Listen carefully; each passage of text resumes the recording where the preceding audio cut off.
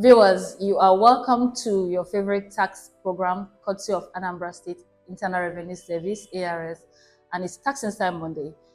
Today, I'm not alone in the studio as usual. I have with me Dr. Chibueze Ofobuike, the Mayor of Aguata Local Government, and is currently the State Chapter Chairman of ALGON. Don't forget that I'm still Oyeka Amara Kate, just in case you're joining us for the very first time. Viewers, you're welcome.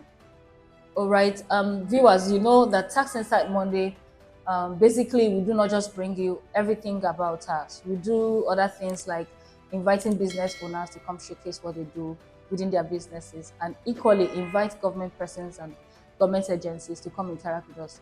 And this morning, I have with me, like I've introduced him, the Mayor of Aguata Local Government, Mr. Dr. Chibueze. You're welcome. You know, that doctorate degree is something you can't take away from anyone. I know, thank you. You're welcome. Much. Thank you. Before he opens his mouth, let me just hype him a bit. He's one of the finest and the youngest persons in the current government of Anambra State, and he's done quite a lot. And this morning, I wouldn't want to tell you how we're able to track him to be in the studio with us. But anyways, you're welcome. Thank you very much. Thank you. So, what do we want you to come and do today in a tax oriented forum? Is not that we want you to come and talk about basically about tax, but we want an insight into your role as the mayor.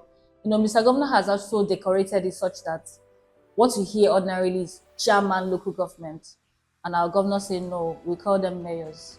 First of all, maybe tell me what informed that, and at what point did we start regarding local government chairmen as mayors other than chairman? Okay. First is to appreciate you for inviting me to this very wonderful program. I mean, aimed at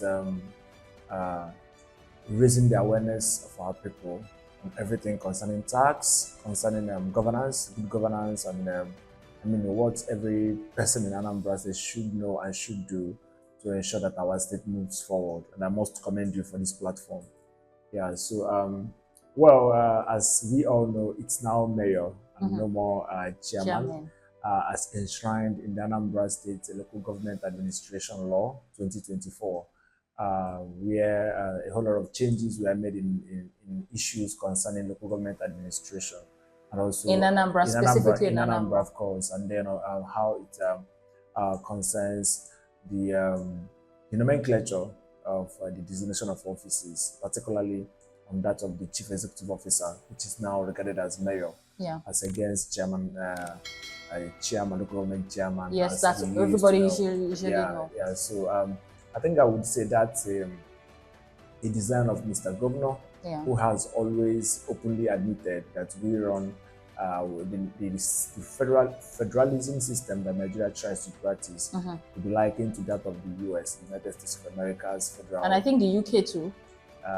No, I would say US basically. You know, we practice a presidential federal system as done in the US. So, and I think in the US it is mayor, not chairman. You know, so but beyond that, beyond just the name, that particular law, and of course in practice, you know, there has been a whole lot of shift from what is being done before, from what the situation was before. We'll get to that. We'll get to that. But it's actually just to let you know that it's beyond. Just exactly. Beyond just changing of the name. Exactly. Yes, we'll get to that, because what I'm beginning to realize is that the taste of what that position for Anambra State people is different now. You know, normally, I think the better part of toutism in Nigeria can be ascribed to anything local government. They say they are unruly, they are not professionals, you know, they are not put together. But not to brag, because we're working with Professor Chukwuma Soludo, but truly things are changing. So, Mayor, the conversation is getting interesting and deeper, but I can't remember precisely when you came into office as Mayor Aguata, but I might perceive that you have an idea of Mr. Governor's orientation towards grassroots governance even before you came into office. So can you tell us a bit about that? Oh yeah, to provide some bit of historical background, Mr. Governor came into office March 17th, 2022, right? And then the local government administration per se took off August 2nd, 2022, with some appointed transition committee chairman, which I was one of them, right? Yeah, so and we served for like 2 years. Yeah, so we had a transition committee system for 2 years before the election that ushered some of us in as elected mayors held on September 28th, precisely, 2024.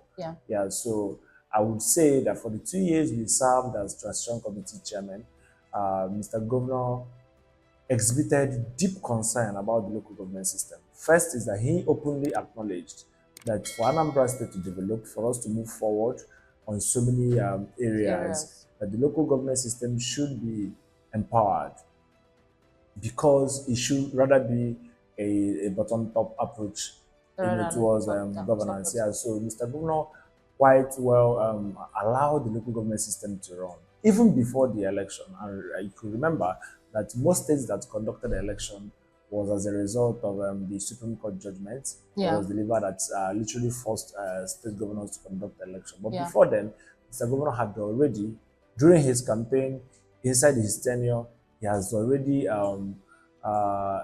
stated it clearly that he's going to conduct an election, but that will be done at a point when the whole system has been stabilized, and which he did for around 2 years that we served as transition committee chairman. So then we also, I mean, people in Anambra saw how much interested Mr. Governor is in allowing the local government system to run. The responsibilities that we are giving to the local government chairman, everything concerning environment, concerning security, primary health care system, primary education, and a whole lot of other. That was within that 2 years. Yes. Okay, so but I now realize that the federal government giving that go ahead for local governments to have the autonomy. What was that transition like? Is there any sharp difference between when they didn't have the autonomy and now that they do have it? Well, because the states, occasioned by the administration of Mr. Governor, had already fashioned out how best the local government system will run, and then the relationship that should exist between the local government and the states. I think it wasn't really difficult for us to transit. Right? Yeah. So the responsibilities are there, the funding systems are there. You know, the whole relationship, financial relationship between the state and the local government, were all clearly stated out. And then, so it wasn't really quite difficult, right? And that's why, that transition. And that's why. And it seemed like we're like top 3 or top 5 states that. Of course, we should be, because in Anambra, I mean, you find a local government system that works. I can say that without any, I mean, you know, so the state is functioning. The local government system is functioning. We are in charge of a whole lot of activities at the local government level, providing quality grassroots governance, you know, for our different communities. Right. Yeah. So I would say that. So just hold on a bit, because as much as we have 21 local governments, but I'm aware that you are the mayor of the mayors. You know, something like that. You know, you are the chairman of all the other 20 plus your own local government. Exactly. Tell me some of the interesting things that have gone on at your own local government level since you became mayor, or maybe start from what you used to be before you became mayor and some of the things that have happened within this interval. Oh yeah, of course. Prior to we getting into office, I would say that the local government system wasn't just performing at optimal level. I would say that. Now, specifically talking about my own local government area, which is Aguata, you know, you could find a system where the people don't even feel that there is a local government in place at all. You know, because of the disconnect between the people and the local government, right? So, all thanks to Mr. Governor, who understands what it means to provide an enabling environment for the local government system to function. So, on coming into office, we first try to rebrand the perception. Because people will see our local government is that not where they just go and share our commonwealth and then nothing to show for it. The secretariats are dilapidated, overgrown by weeds and shrubs and reptiles. You know, the staff strength. I mean, the orientation of the workforce is at barest. You know, and a whole lot of other negativity surrounding the local government system. So what we did, our first 6 months is to rebrand. Okay. First is to let people see that there is a local government system that is functional. And how best to do that is to provide services, quality services for the people. You know, we trained our staff, we provided a whole lot of capacity building, right? We try to show a whole lot of accountability and transparency in the things that we do. If you pay for a particular service, you get your receipt, you get your service, and then you see that there is a system in place that you can trust, right? So that's what we did for the first 6 months, okay, right? And then we tried to solidify the things we want to do, provide a very clear vision of the things we want to do. And that led to us developing what we called the Greater Aguata Initiative, right? It's like a philosophy driving the things we do at the local government area, where we believe that Aguata as a local government area is great, but if we come together as a people, if we unite, if we provide joint services for our people, then it can be greater. And of course, once again, all thanks to Mr. Governor, who inspired us to begin to look at the public-private community partnership model for that governance. You can explore. Exactly. So what we did in my local government is to galvanize our people, harness the strength of our people, and let them see that the only way our local governments can be greater, in line with the philosophy, is for us to come together. And I mean, for the past 2 years plus that we've been in office, it's been working very well. A lot of people are getting involved in the things we do, providing scholarships for our people, constructing roads, drainages. That makes sense. But we mustn't lose sight of the fact that we are still one state. There's something that we do here at Internal Revenue Service. Sometimes when we have a strategy that we think will work, and we see it being operational at the head office level, what I always say is, can we take it to the regions? Because we have 3 regions that seem like a mini head office. I know that you are the mayor of all the mayors. And then chances are that you have bigger ideas, you know, bolder steps to execute. Are there ways that you are able to let other mayors know that, okay, this is something I'm running at my own local government? Can you replicate? Can you try to do something like that? Now, why I ask this question is so that we won't get to that point where some local governments are like A local governments and some are C or E or D. You know, are there ways, maybe through your meetings, or how do you make sure that some other mayors are not just sleeping on their responsibilities? Our platform provides opportunity for us to you guys engage. You obviously have a platform. So it provides us opportunity for us to engage in what we call a peer review.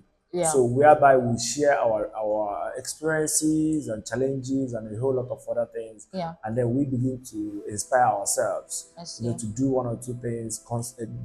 In line with the in line with the peculiarities of, because every local government is different. You know, there are a whole lot of peculiarities surrounding a particular local government and differentiating it from the other.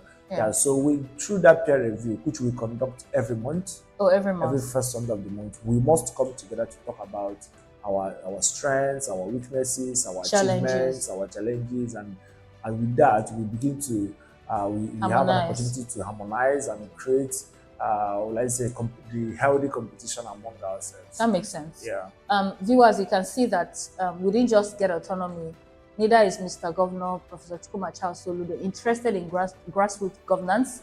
He's given them the mandate, he supported them with all the possible resources that he could, and they on their own are doing the bit to make sure that the 21 local governments in Anambra State are at highest level of excellence. We'll go on a very short break. When we return, stick with us.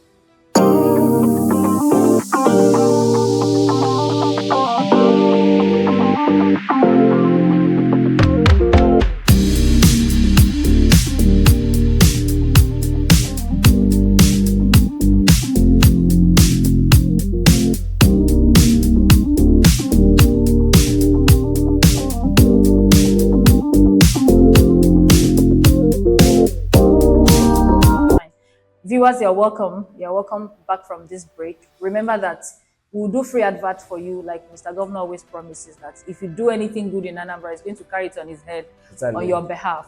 So at ARS, we promise that so long as your taxes are up to date, we're going to give you free advert and free shout out on Tax Insight Monday. I still have with me in the studio Dr. Chibueze Ofobuike, the mayor of Aguata local government.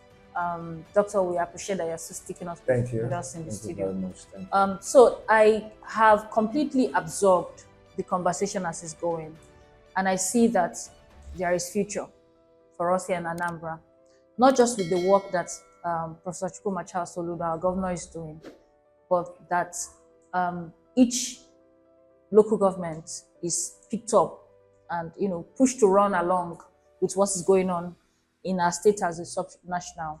So I wanted to know what the future will look like in the next, let's say in the next 5 years, for the local government, and what are the opportunities that are there, if at all, for our people. Yeah, going forward, I would say that all things being equal, if what is on ground continues to be on ground, which is, yeah, I mean, in terms of the relationship existing between the state and the local government, okay,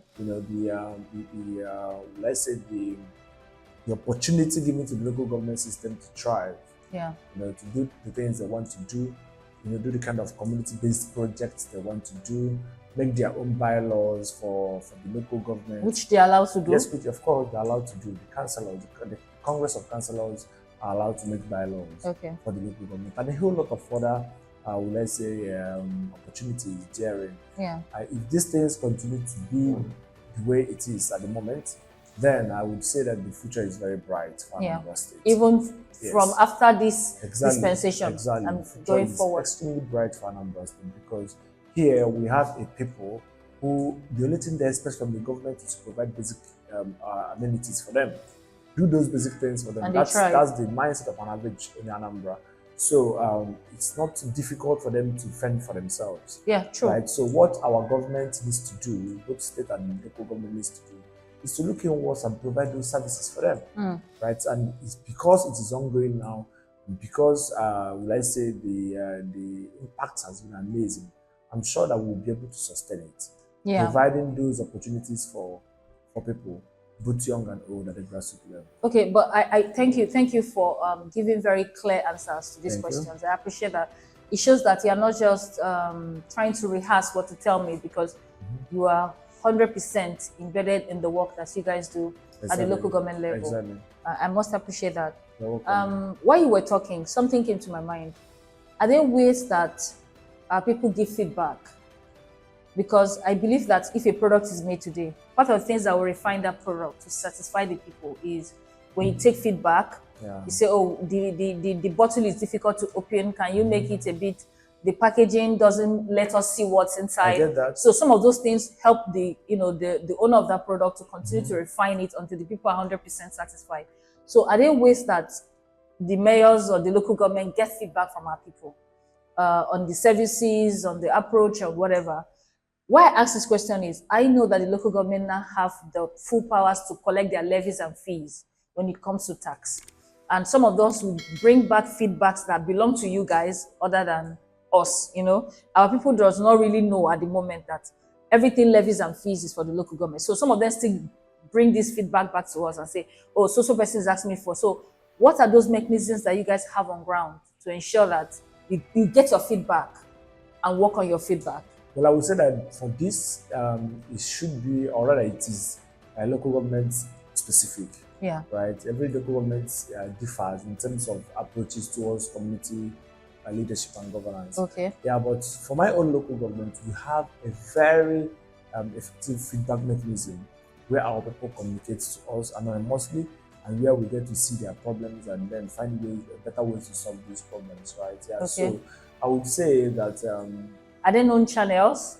Like maybe the channels are phone calls or visit to a certain place? We have an office, we have a public complaints office domiciled inside the local government secretariat. And our people are aware of it. Yeah, and if you use public address system and all that to mention that if you have any complaints, if there is any extortion, anything whatsoever that you do not does not conform with the legalities of the local government and indeed Anambra State by extension. Yeah. And such a report should be made to our office. Okay. Right. Yeah. So equally, the other mayors are expected to have such mechanisms of getting feedback.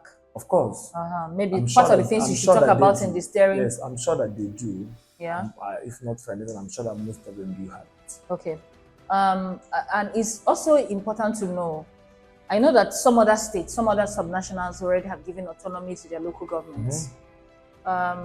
If you are to rate ours, maybe on a scale of 1 to 10, in comparison with those other states that have their autonomy, where are we going to fall in terms of performance, in terms of, how that we are leading and moving to make sure that our people truly feel the impact of our governance at the local government level? I would rate the government very high because the results are there, the impacts are there for everybody to see. Okay. Right. So I will rate Anambra State very high in terms of ensuring that the local government system performs optimally. Mr. Governor has, even before his assumption of office, he has said it in public fora, in several public fora, that the only way Nigeria can develop is by understanding the local government system and supporting it. Yeah. So I will rate the state very high on that. Okay. Our people who don't live in Anambra, or maybe friends and cross relationships of Anambralians. What I mean is, maybe you are from Anambra, your wife is from somewhere else. So somehow your in-laws are maybe once in a while visit Anambra. I think it's important that we put out there if there are opportunities for interaction. I know I have some relatives who are from your local government. Okay. And once in a while when I visit, I stumble on some very key, heavy projects. Oh, that's amazing. That we ordinarily not expect to see at the local government level. Oh, that's amazing. I spotted one library currently on construction and some other things. So you might need to let us know, how you guys came about that. And if there's any room for partnership. I know there are a lot of good people. Nigerians are generally good people who might want to say, okay, I have these resources and I want you to put it down for the common good of our people. So how can they do that? Yeah, first is to notify you that we do not joke with public-private community partnership. Okay. In fact, we consider it the most powerful tool that we have to get things done in Aguata local government area. Yeah. All right. Yeah. So we're always very much concerned with how people, private individuals, community, corporate organizations can come together and support us to do things for our people. So it's allowed. And of course, yes, of course. Yeah. Of course, the Greater Aguata agenda on education, healthcare, agriculture, youth empowerment, sports development, and social infrastructure. A whole lot. Yeah, so we've for whatever we do in any of these areas, we extend, let's say, invitations to people for partnership, for support, for collaborations, whatsoever. So it's open. Yes, of course. So anybody who is interested in agriculture. Yes. And wants to maybe bring such resources to make sure that our own people at Aguata level or any other local government can benefit from it. They can approach any of the mayors. Very much. Oh, awesome. So your last words, sir. Your last words. Well, first, I'm very happy to be here. That's the first thing. But the second is, it's very important that our people get to understand the developments within the local government system in Anambra State. So the local government mayors are capable of getting involved in community development, as much as they can. And for us, we believe that together with passionate people, individuals who are very much concerned about the betterment of our homeland, that we can do so much more for our people. Looking at that library, I'm fascinated. Yes. In the next 1 year, a lot of young people are going to be utilizing it. Exactly, I agree with you. Yeah. I agree. Thank you. We are grateful that you honored our invitation. It's fine. And that you are with us at the studio at a critical time like this in the governance of our state. Thank you. I will always say that if something is not broken, there's no point fixing it. This government is a working government. It's not just by word or by what is written in the media, but truly what everybody can see. And I'm happy that the local government, governance is not completely left out in what's going on within the state. And we appreciate you and we thank you for honoring us. Thank you so very much. So viewers, I believe that you thoroughly enjoyed the interactions that we had with Dr. Chibueze Ofobuike, the mayor of Aguata local government. Stick with us. If you have questions for him, ways that you want to partner with his own local government or any other local government, you can share on our comments or, find a way how you can reach him directly. He's open to that. Thank you, viewers, and see you some other time. Thank you. Thank you. God bless you.